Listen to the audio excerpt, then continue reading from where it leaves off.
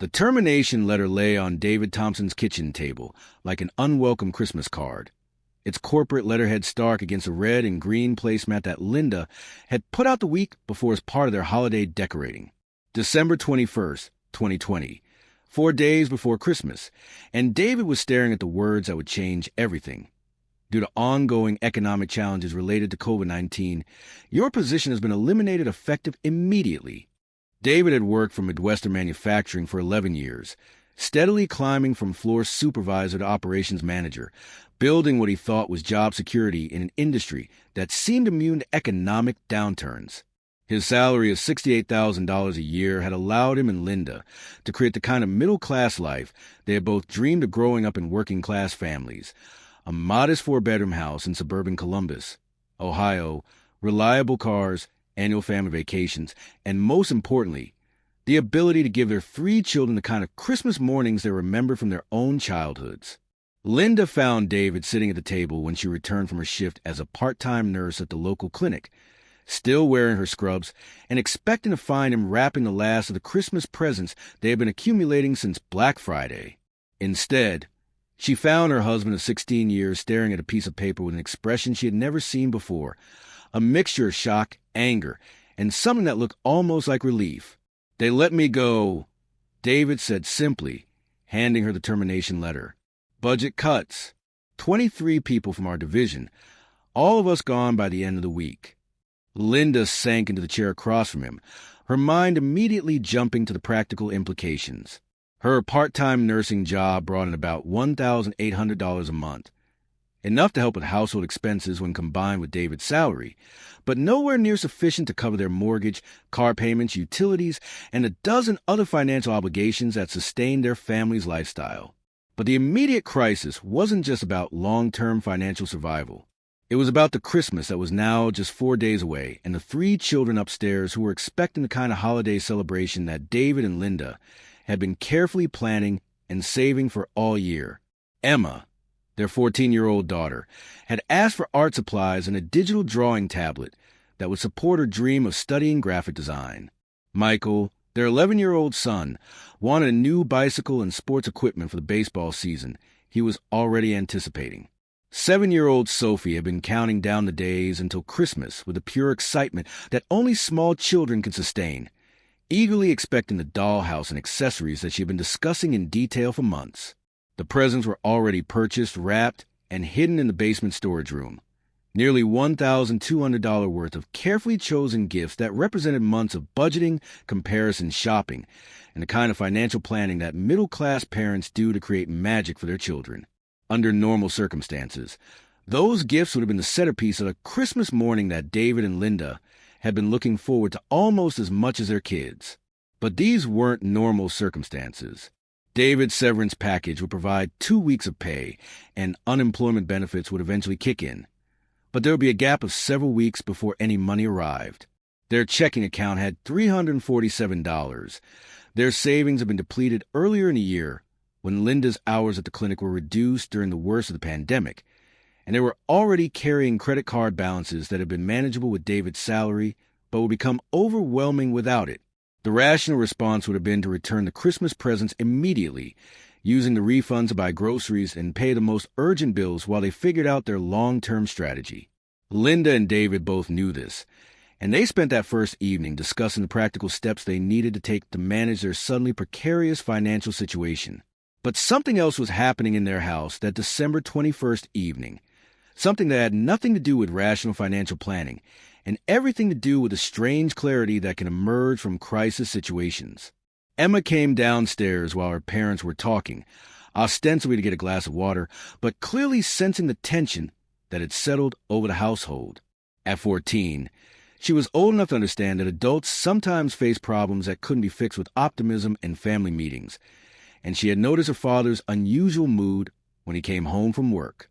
"Is everything okay?" she asked, settling into the kitchen chair that had become her unofficial spot for family conversations. "Dad, you seem really upset about something." David and Linda exchanged glances, engaging the kind of wordless communication that long-married couples develop about how much information to share with their children during difficult times. They had always tried to be honest with their kids about family challenges, while also protecting them from adult anxieties that they were too young to handle. "I lost my job today," David said finally, deciding that honesty was better than the kind of vague reassurances that teenagers see through immediately. "It's going to mean some changes for our family, while I look for something new." Emma processed this information with the seriousness that had characterized her personality since early childhood. "Does this mean we're not having Christmas?" she asked, her voice carefully neutral in a way that indicated she was prepared to handle whatever answer she received. "If this story truly touches your heart, let it speak for you. Like this video, subscribe to be part of our journey, and share your feelings in the comments." The question hit both parents with unexpected force, partly because it was so direct and partly because it highlighted the dilemma they had been avoiding directly addressing. They could have Christmas as planned, using credit cards and hoping that David would find new employment quickly enough to manage the debt. They could have a scaled-back Christmas, returning some gifts while keeping others. Or they could be completely honest about their financial situation and ask the children to understand that this Christmas would be different. But as Linda looked at her oldest daughter's mature, concerned expression, a fourth option began forming in her mind. An idea so unusual that she initially dismissed it as a kind of impractical thinking that emerges during stressful situations. What if they didn't just cancel their Christmas or scale it back? What if they gave it away entirely to a family that needed it more than they did? The thought seemed to come from nowhere, but as Linda considered it more carefully, she realized it had been building subconsciously for weeks. During her shifts at the clinic, she had been seeing families devastated not just by COVID-19's health impacts, but by the economic catastrophe that had followed the pandemic. She had met parents who had lost jobs, homes, and health insurance, children who were facing their first Christmas in homeless shelters, and elderly patients who were choosing between medications and food. The idea of giving away their Christmas presents wasn't just about helping another family.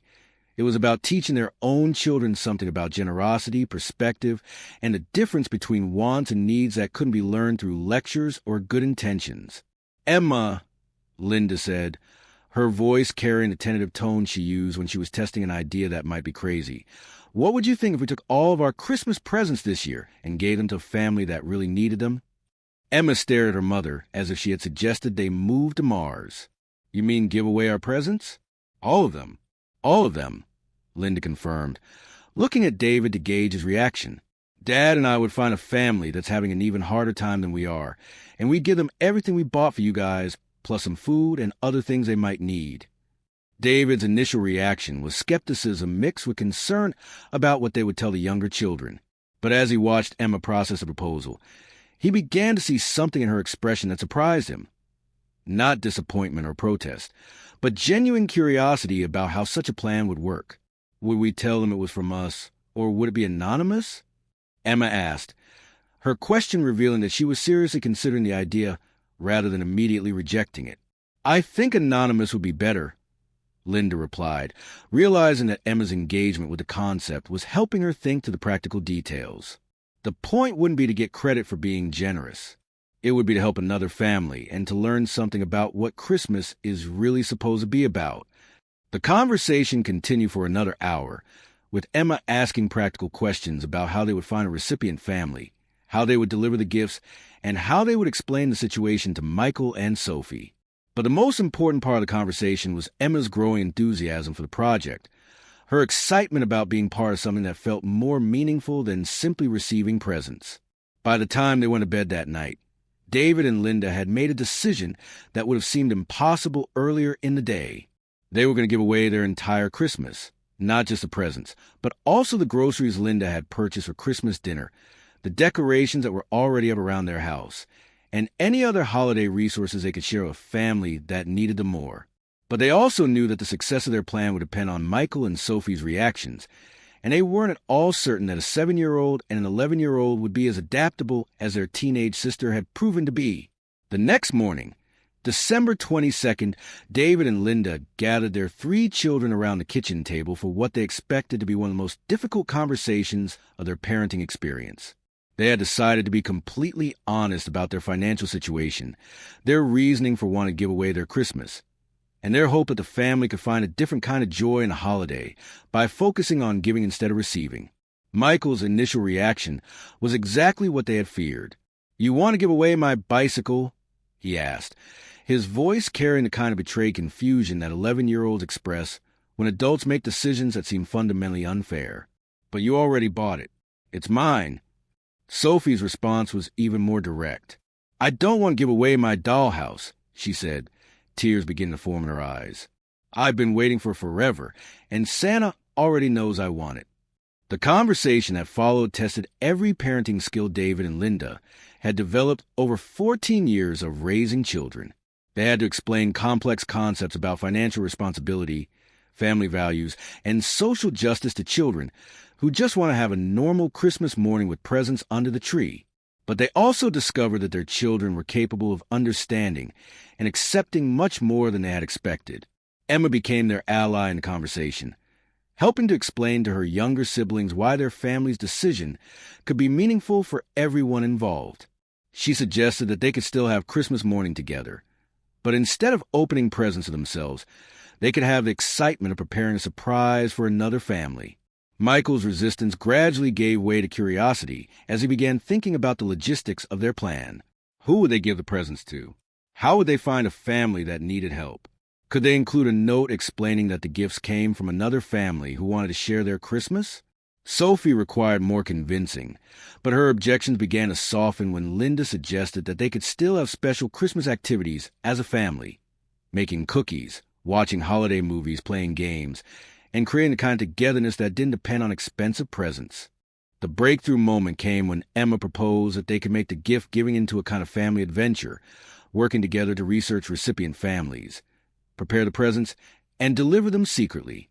The idea of being part of a secret mission appealed to all three children, transforming their sacrifice from a loss into a special responsibility. By the end of their family meeting, David and Linda had unanimous agreement from their children to proceed with their plan to give away their entire Christmas.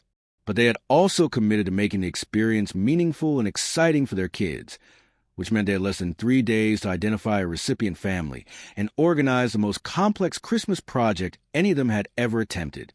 Linda's nursing job provided the connection they needed to find a family that could benefit from their generosity. During her shift that day, she mentioned their plan to Maria Santos, a social worker who coordinated patient services for families dealing with medical crises. Maria immediately thought of the Rodriguez family, who were facing their first Christmas after the father, Carlos, had been hospitalized for 2 months with COVID-19 complications. Carlos Rodriguez was a restaurant worker who had lost his job when his employer closed during the pandemic lockdowns. He had no health insurance when he contracted COVID-19, and his hospitalization had created medical bills that would take years to pay off. His wife, Isabella, was caring for Carlos while also trying to manage their 3 children, ages 5, 8, and 12. On the small income she earned cleaning houses for families who were still employing domestic help during the pandemic. The Rodriguez family was facing eviction from their apartment, had no money for Christmas presents, and were relying on food banks and charitable organizations to meet their basic needs. According to Maria, the children had been told that Christmas would be very simple this year, and Isabella had been working extra hours trying to earn enough money to buy at least small gifts for each of her children. The parallels between the Rodriguez family and the Thompsons were striking. Both had 3 children of similar ages. Both were dealing with job loss and financial crisis, and both were trying to maintain family stability during unprecedented challenges. But the Rodriguez family situation was more desperate, with health crises and immigration status issues complicating their access to government assistance programs. David and Linda spent December 23rd preparing for what they were privately calling Operation Christmas Miracle. They went through all the presents they had purchased, making sure that each gift was appropriate for the Rodriguez children, and adding items that would be useful for the parents as well. Linda purchased additional groceries to create complete Christmas dinner ingredients, while David found gift cards for local stores that the family could use for clothing and household necessities.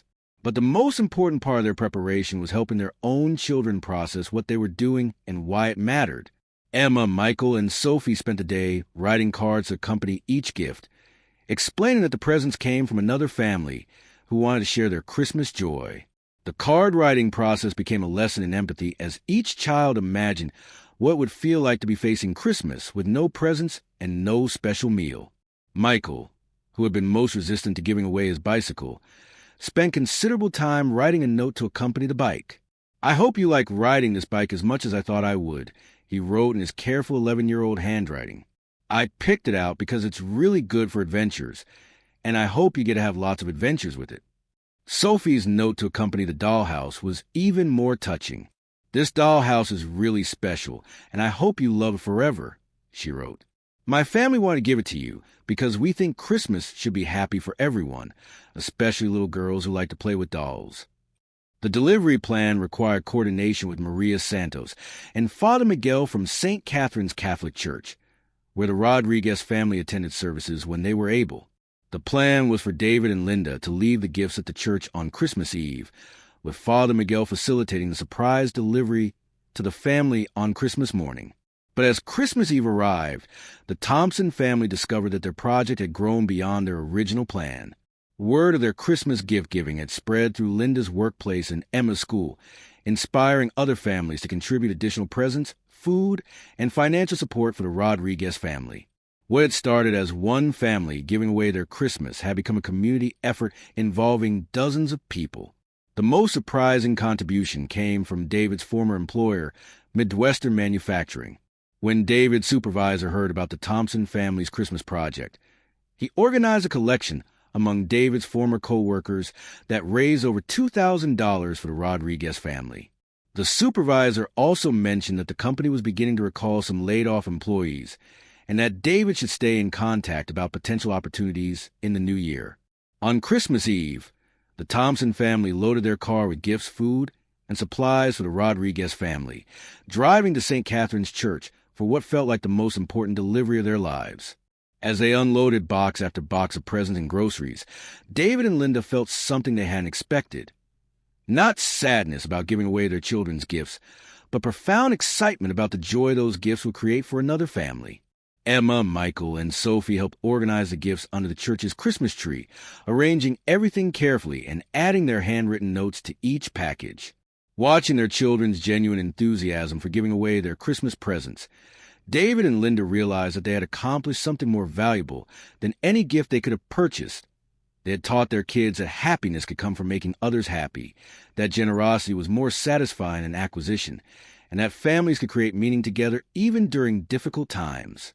Christmas morning in the Thompson household was unlike any December 25th they had ever experienced. There were no presents under their tree, no exciting unwrapping ceremonies, and none of the material excitement that typically characterized Christmas morning. Instead, there was anticipation about another family's joy, pride in their decision to prioritize giving over receiving, and a kind of togetherness that emerged from sharing a meaningful experience. They spent Christmas morning making breakfast together, playing board games, and calling relatives to explain their unusual Christmas choice. The reactions from extended family members ranged from admiration to confusion. But David and Linda found that explaining their decision helped them articulate values they hadn't fully recognized in themselves. The most meaningful part of their Christmas came when Father Miguel called to report on the Rodriguez family's reaction to their surprise Christmas delivery.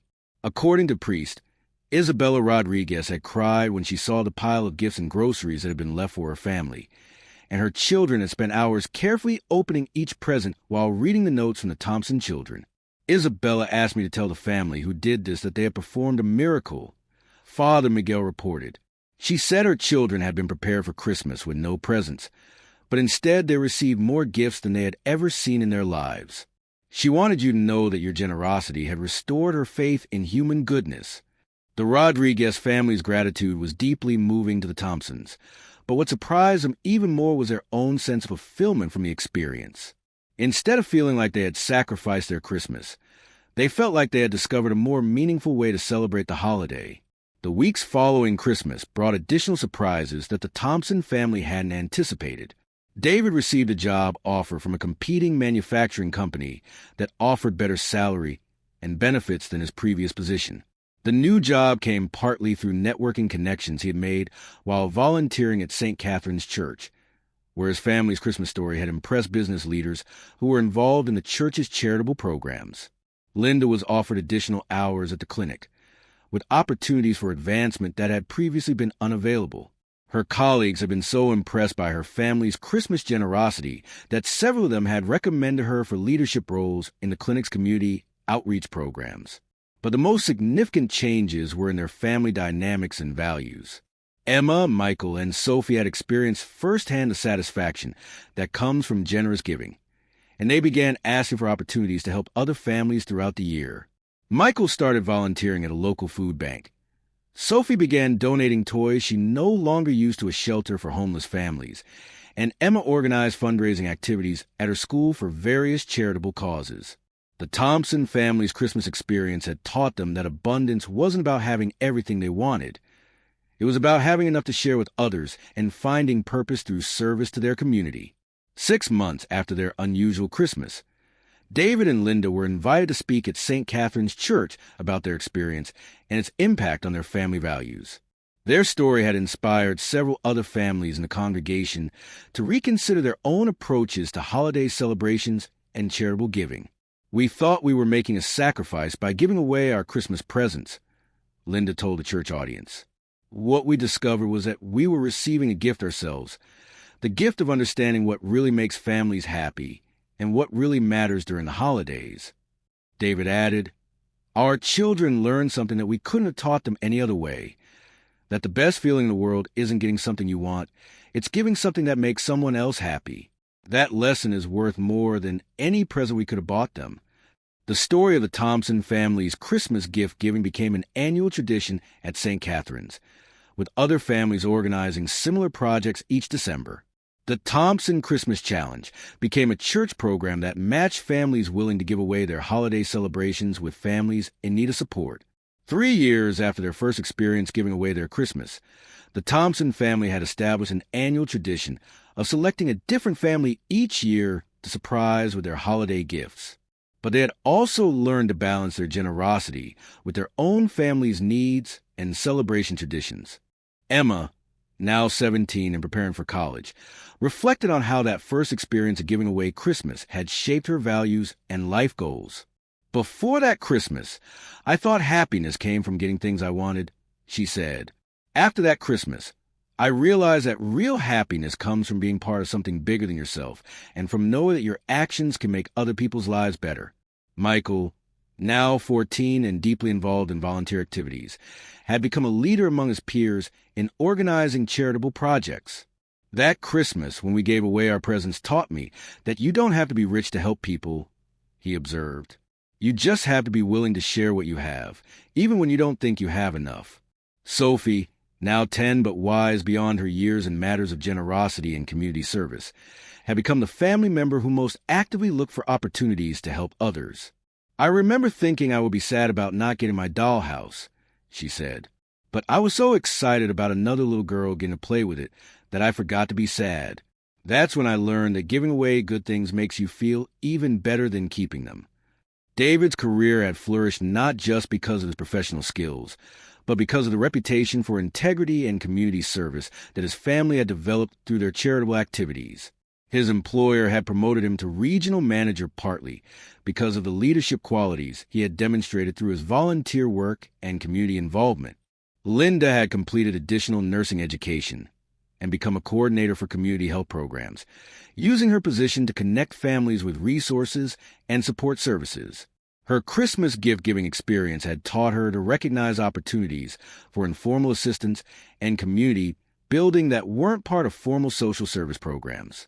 The Rodriguez family, recipients of that first Christmas miracle, had maintained a friendship with the Thompsons that had grown over the years into something like an extended family relationship.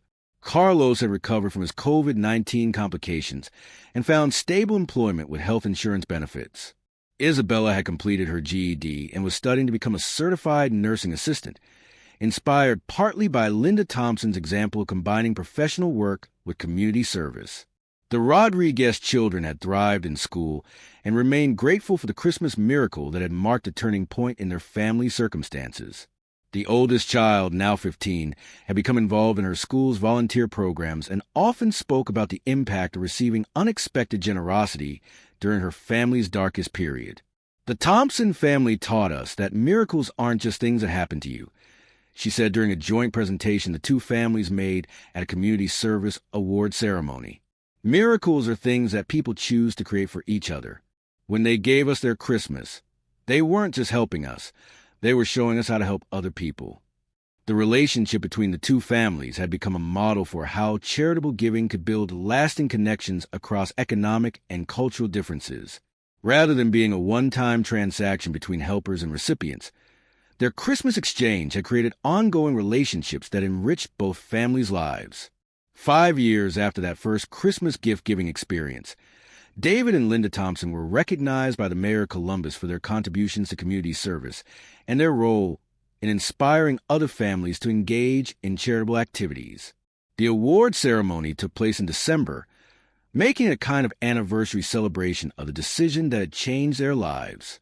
When I lost my job 4 days before Christmas in 2020, I thought it was the worst thing that could happen to our family, David said in his acceptance speech. I had no idea that losing that job would lead to finding our family's true purpose and discovering what Christmas really means. Linda reflected on how their understanding of success and security had changed through their experiences with radical generosity. We used to think that being a successful family meant being able to buy our children everything they wanted, she observed. We learned that being a successful family means raising children who want to make other people happy, who understand their responsibilities to their community, and who know that real abundance comes from sharing what you have. If you made it all the way here, it means this story truly held you. So don't leave without showing some love. Hit like, subscribe to stay with us, and drop a comment. I'll be here, reading every word you share. The Thompson family story had become part of local folklore in their Columbus neighborhood, inspiring dozens of other families to reconsider their own approaches to holiday celebrations and charitable giving. Their example had demonstrated that ordinary middle-class families could make extraordinary differences in their communities through creative generosity and willingness to prioritize service over self-interest. But perhaps the most significant impact of their Christmas gift-giving experience was on their understanding of family resilience and strength. The financial crisis that had triggered their decision to give away their Christmas had initially seemed like a threat to their family's stability and happiness. Instead, it had become the catalyst for discovering sources of satisfaction, purpose, and community connection that had strengthened their family in ways they never could have anticipated. 10 years after giving away their first Christmas, the Thompson family had established a nonprofit organization that helped other families organize charitable giving projects during the holiday season. The Christmas Miracle Network connected families willing to share their holiday celebrations with families in need of support, facilitating dozens of gift exchanges each year. Emma Thompson, now a college graduate working as a social worker, had made her career out of the values she learned during that first experience of radical generosity. My parents taught me that the best way to solve your own problems is to focus on solving someone else's problems, she said. When our family was facing financial crisis, we discovered abundance by giving away everything we had. That lesson has guided every major decision I've made since then. Michael Thompson, now in high school and planning a career in community development, had organized charity drives that raised thousands of dollars for local families. People always ask me why I spend so much time on volunteer activities, he said. I tell them it's because I learned when I was 11 that helping other people is the most fun you can have, and it makes you feel better about yourself than anything else you can do. Sophie Thompson, now 13 and wise beyond her years in matters of generosity and community service, had become a peer counselor helping other teenagers understand the importance of service to others. When people hear about our family giving away our Christmas, they think we made a big sacrifice, she observed. But we didn't sacrifice anything. We traded getting presents for the feeling that we had made another family's Christmas dreams come true. That was the best trade our family ever made. David and Linda Thompson's marriage had been strengthened by their shared commitment to values-based living and community service. The financial crisis that had initially threatened their stability had ultimately led them to discover forms of security and satisfaction that weren't dependent on income levels or material possessions. The day I lost my job, I thought our family's future was uncertain. David reflected during a television interview about their charitable work. I didn't understand that uncertainty about money isn't the same thing as uncertainty about what matters. Once we figured out what mattered, taking care of each other and taking care of our community, everything else became much clearer. Linda added, "Giving away our Christmas taught us that you can't be generous with money you don't have, but you can always be generous with time, attention, and care for other people. The families we've helped over the years have given us much more than we've given them. They've given us purpose, perspective, and proof that ordinary people can create extraordinary changes in their communities." The couple who had given away their entire Christmas and discovered something miraculous had learned that the most valuable gifts can't be purchased, wrapped, or placed under a tree. The gift that matter most, love, service, community, and the knowledge that your life makes a difference to others, can only be found by giving them away freely and trusting that abundance comes to those who share what they have with people who need it more.